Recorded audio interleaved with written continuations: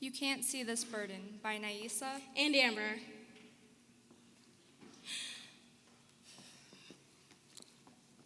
The first time I realized something was wrong, I was 13 in pre-algebra with a pain in my back that just wouldn't go away.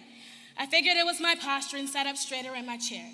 The pain didn't go away, but I brushed it off and figured it was normal. For years, I lived with this pain that invaded every part of my existence without a single clue of the fact that it was, in fact, not normal.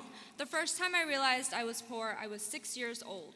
I wanted to go on our school field trip to the pumpkin patch, but we just didn't have the money. I went home to a family of 7 in a 2-bedroom apartment complex, 3 beds, no food in the fridge, and I was wearing hand-me-down uniforms that were easily more than 10 years old. Just 1 year ago, when I was 17, I realized something was really, really wrong. My pain was in every place imaginable. My back, arms, knees, elbows, jaw, head, everything. Sometimes my hair even hurt. How do you explain that? I spent days Googling everything wrong with me until finally, I thought I found the one, and the diagnosis confirmed it: fibromyalgia. Fast forward to the time I was 9 years old. My mother had just died, and I came home from school to an eviction notice on the door of our apartment complex. You have 3 days to leave. 3 days to go where? Sleep where? Eat what? Shower where? My clothes were already filthy. The only meals I had were school lunches, and now I won't even have a place to sleep at night. I want to shout to the world what's wrong with me, but the words never seem to come out. My disability feels like a secret, feels like it's hiding inside of this healthy-looking body. In the world that we live in, illness has to be proven. But how do I prove an invisible illness? Even I can't see this pain.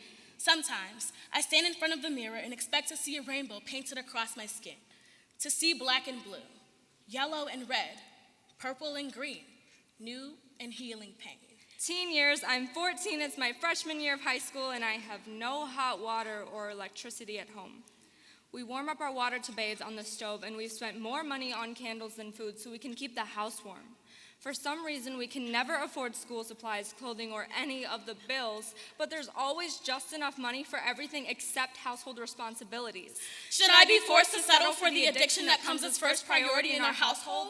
I expect the world to see this pain inside of me, to see my fatigue, my drooping eyes and shaky legs, too tired from holding up the weight of the world I carry on my shoulders. Why can't they just see it? This body is a burden. Do you know how hard it is to love a body that hates you? 4 years later, and I finally graduated.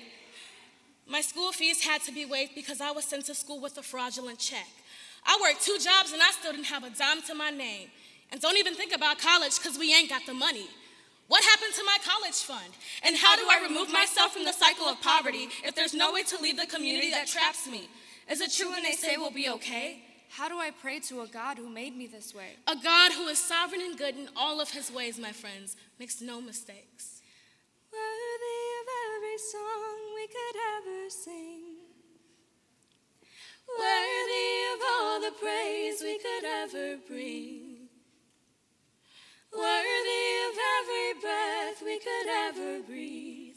We are worthy in his eyes and worthy of more than a sympathy stare and words that assume we are in need of your sorrow and pity. We have allowed these experiences to taint our identity for way too long. We are worth more than the burdens that bind us. I am beautiful in the midst of my pain. And I am worth so much more than what the numbers on my FAFSA say. We are warriors and chain breakers. We have created history in our families by simply being here, in this place, in this moment, and there's no way in hell we're stopping until we're beyond the sky's limit. We tell these stories to bring awareness. We all live parts of our lives in silence. But quote, a journey not shared is a soul not healed. Choosing kindness means choosing love over hate, light over darkness, and compassion over judgment.